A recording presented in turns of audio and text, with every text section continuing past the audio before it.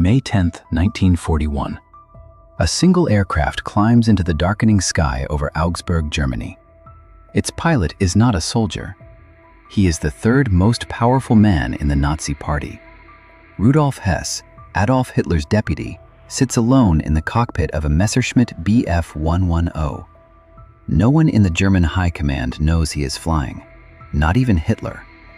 Hess believes he can end the war single-handedly through one desperate, secret mission.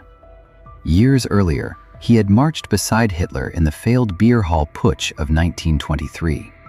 He served as Hitler's private secretary, taking dictation for parts of Mein Kampf.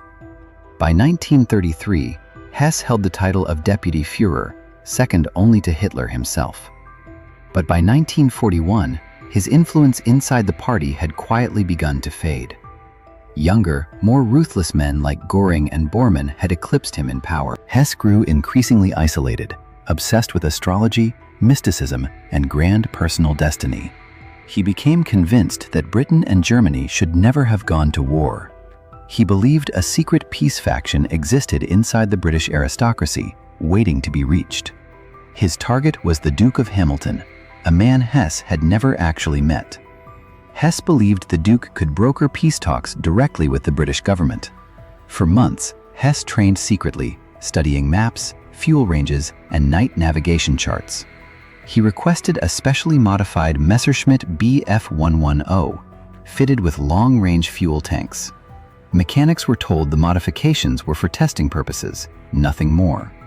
On the evening of May 10th, Hess dressed in a Luftwaffe captain's uniform. He left behind a letter for Hitler to be delivered only after his departure. The letter explained his mission and begged forgiveness if the plan failed. At 5:45 p.m., Hess taxied his aircraft down the runway and lifted off. He flew low over the North Sea, avoiding German and British radar detection. Turbulent clouds and fading light made navigation nearly impossible without instruments. Hess pushed the aircraft to the very edge of its fuel range. British radar operators picked up the unidentified aircraft as it crossed the coastline. Fighter planes were scrambled, but the lone intruder evaded interception in the darkness. Hess flew inland over Scotland, searching desperately for Dungavel House, the Duke's estate. With fuel running critically low, he realized a safe landing was impossible. At approximately 11 p.m., Hess bailed out, parachuting into the darkness over Scotland. His aircraft crashed and burned in a field near Bonnyton Moor. Hess landed hard, injuring his ankle in the soft, wet farmland below. A local farmer, David McLean, heard the crash and rushed outside with a pitchfork. He found a lone, injured airman tangled in his parachute near the farmhouse. The stranger introduced himself in accented English as Hauptmann Alfred Horn. McLean had no idea he was standing before the Deputy Führer of Germany. He helped the injured man into his farmhouse kitchen and gave him tea. Local Home Guard volunteers soon arrived and took the mysterious pilot into custody. Hess was transported to a nearby military post for initial questioning. He insisted on speaking only with the Duke of Hamilton and no one else. Confused officials contacted the Duke, unsure what to make of this strange request. The Duke of Hamilton arrived the next morning, equally bewildered by the situation. Only then did Hess reveal his true identity: Rudolf Hess, Deputy Führer of Germany. British intelligence officials were stunned, uncertain whether this was truth or elaborate deception. Winston Churchill was informed while watching a film at Chequers that evening. Churchill reportedly responded with disbelief, ordering immediate and thorough verification.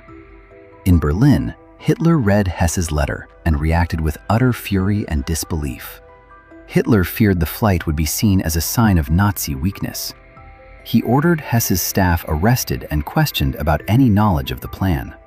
The German government publicly declared Hess mentally unstable, a delusional lone actor. Nazi propaganda scrambled to distance the regime entirely from his actions.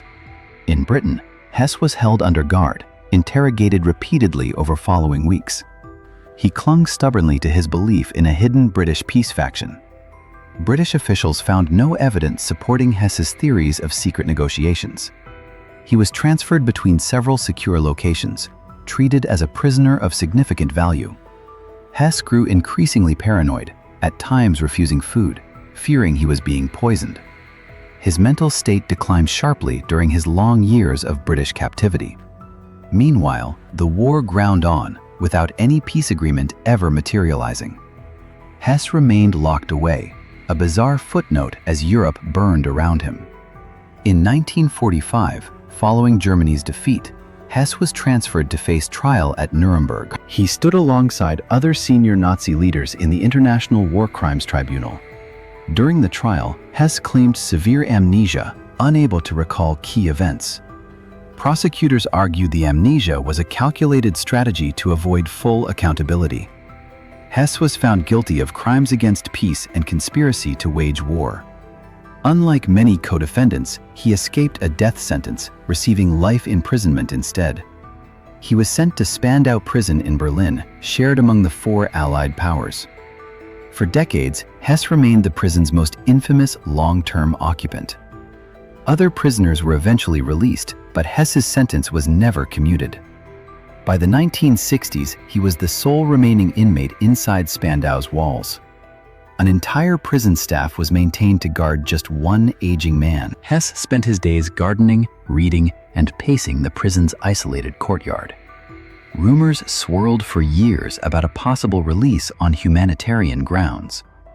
The Soviet Union consistently blocked every attempt to free the aging prisoner. Hess became a symbolic hostage of ongoing Cold War tensions between the powers. On August 17, 1987, guards discovered Hess inside a small garden hut, unresponsive. Officials concluded the 93-year-old had brought about his own passing that day. He was the last living member of Hitler's inner circle at the time.